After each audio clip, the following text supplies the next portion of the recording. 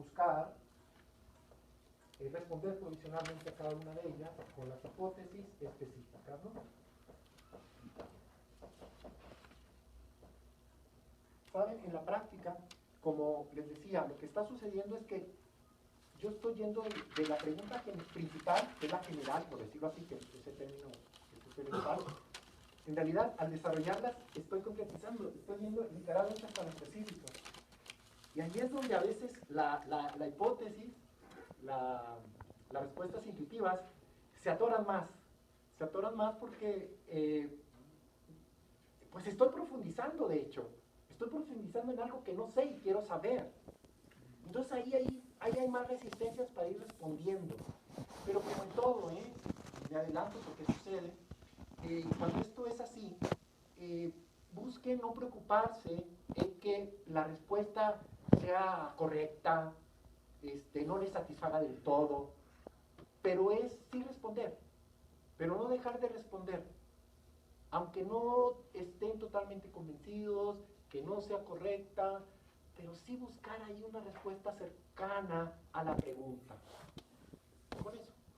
Porque, recuerden, el protocolo es un inicio. Se puede corregir. Y de hecho se debe corregir conforme se va avanzando. Pero hay que practicar, ¿no? Entonces, suele pasar eso. Entonces aquí hay de responder 1 y 2 provisionalmente. Les decía que a veces una cierta resistencia a plantear hipótesis, sobre todo en el campo de las ciencias sociales y humanidades, y en particular del derecho, es porque decían, o la explicación de hipótesis es que se buscan verificar, comprobar, ¿no? Esa es la lectura en general de los manuales de investigación. No, ciertamente, cuando así se plantean, eso les va muy bien a las ciencias exactas.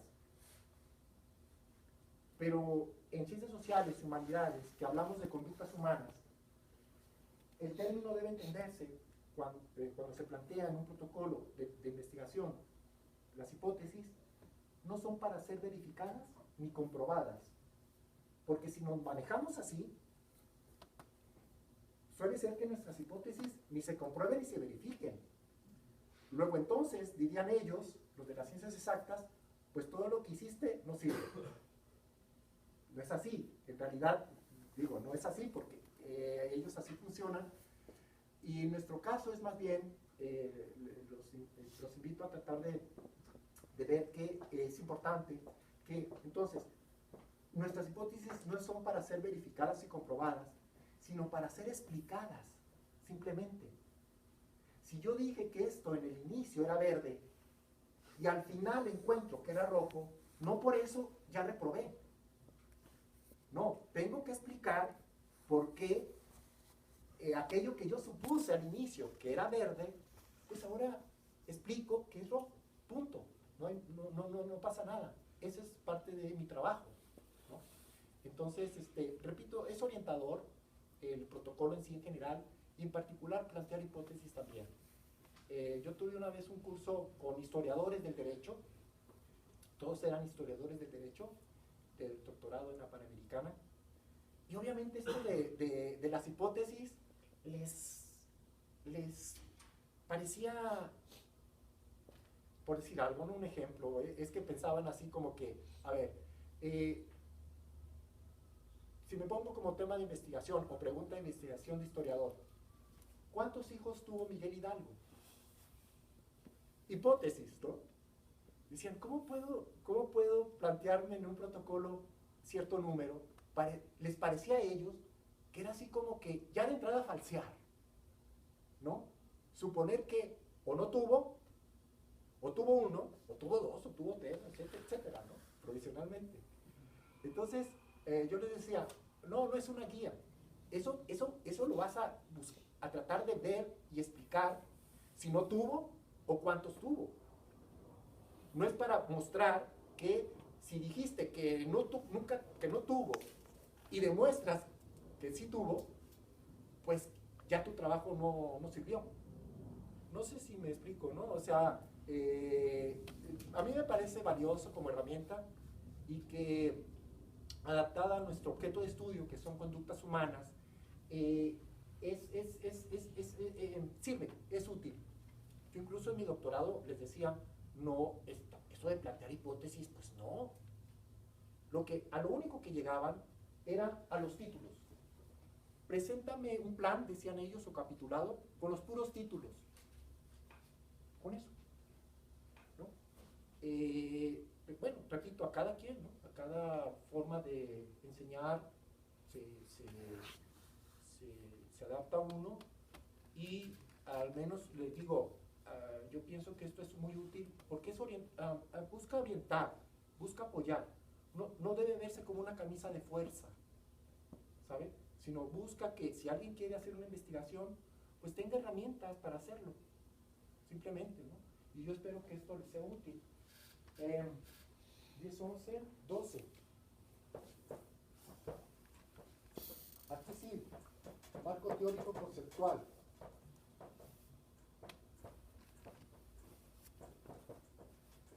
Repito, en el orden de los factores no altera el producto, al menos, no sé si me justifico bien o no, pero sí, un protocolo lo debe tener, como ella ya nos los hizo saber, y algunos lo ponen antes, otros después, pero no debe faltar.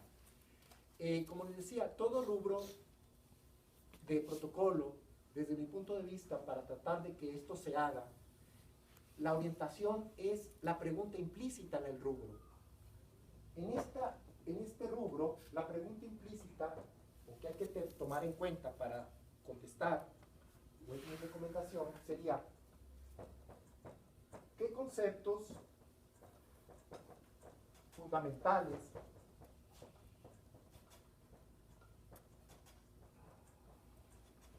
guiarían o orientarían, como quieran, guiarían mi tema, y con base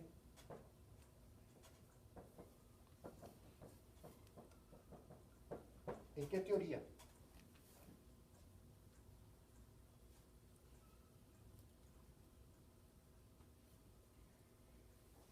Aquí la pregunta es, a ver, ¿cómo sé cuáles son esos conceptos fundamentales que van a guiar mi trabajo?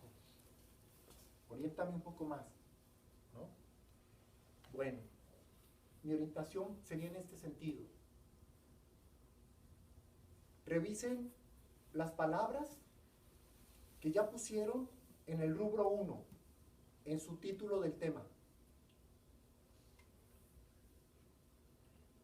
Ahí ya están explícitas,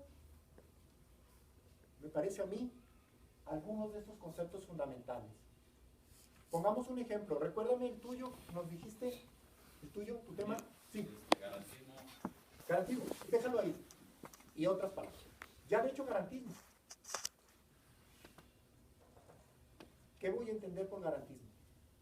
Aquí es lo que debo poner. Aquí es lo que se espera. Mi orientación es esa, es decir, vean las palabras que ya pusieron en su título del tema. Primera, acercamiento para identificar esos conceptos fundamentales. Segunda orientación, vean los títulos de los capítulos.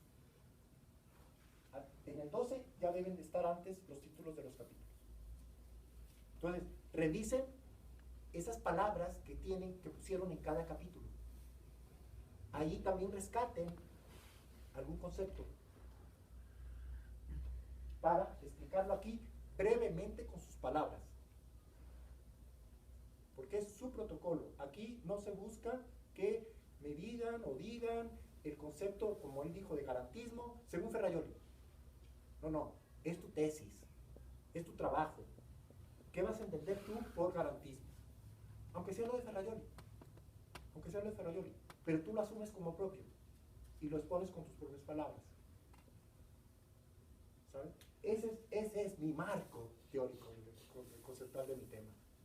Entonces, identificar esas palabras, que son los conceptos que uno considera ser importantes, ¿verdad? De 3 a 5, más o menos, ¿no? Promedio, dependiendo de los temas, pero con esa orientación que les digo, revisen las palabras que existen en los títulos del tema, en los títulos del capítulo, en los títulos apartados, en los títulos de los incisos. Que ya hagan una selección, porque son conceptos fundamentales. Entonces, ahí ya depende cada quien. Y les digo, no hay un número fijo, pero yo creo que 3 a 5 sería un buen número. Y después de ello, revisar la pregunta completa. ¿Con base en qué teoría? Es preguntarse si el desarrollo conceptual en mi trabajo, de esto que yo propongo aquí, lo voy a realizar con base en alguna teoría. Cuando esto existe, se pregunta para ver si existe. Si no existe, pues no la pongo. O si existe y no la quiero usar, pues no la pongo. Un ejemplo, a ver, en penal, hasta donde yo sé, por ejemplo, hay la teoría finalista y causalista, ¿no? Por decir algo. Si fuera un tema de penal y estuviera relacionado con esas teorías, y yo decidiera, por alguna razón, pues explicar esos conceptos con base en la teoría finalista, pues lo anuncio. Estos conceptos se desarrollarán en mi tesis con base en la teoría finalista que consiste en esto. Y brevemente también, que consiste en tal cosa, ¿no? Entonces depende de cada tema, si hubiera alguna teoría, y si se quiere adoptar, se adopta, para que también yo mismo y mi lector sepa por dónde va ese trabajo, ¿no? Simplemente. Y ya entrar con esa propuesta al debate con mi asesor para saber, pues eso, ¿no? Si él está de acuerdo o no, que me diga por qué sí, por qué no, y hacer los ajustes correspondientes, ¿no? Yo en principio, o al menos hablo por mí, mi obligación es dar mi punto de vista, pero aceptar la decisión final del alumno. Si no hace lo que yo recomiendo, yo lo respeto. Yo lo debo respetar. Y eso se lo aclaro desde el principio. ¿Por qué? Porque quien va a estar al frente en un examen de ese trabajo vas a ser tú. Y es la decisión que tú tomaste que tendrás que explicar al jurado. Y no decir, no, pues es que como mi asesor me dijo, lo hice. Pues no.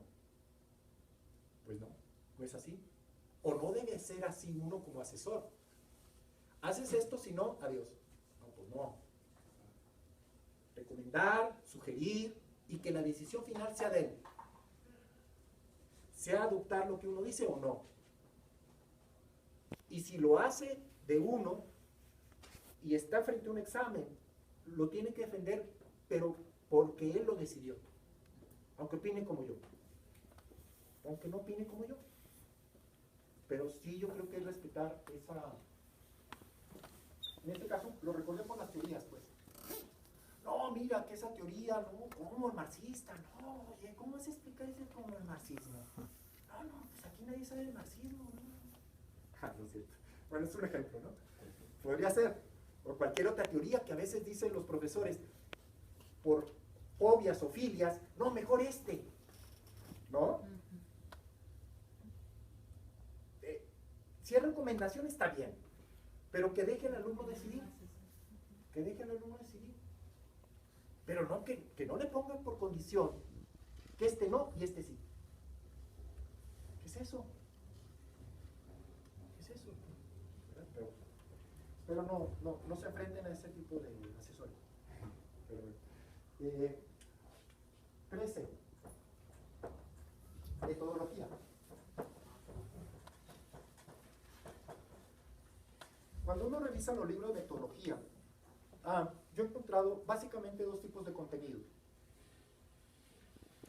Un contenido que nos habla de escuelas de interpretación del derecho, ¿saben? Y ahí nos hablan de... ¿Cuáles escuelas de interpretación hay? Sí. Sí.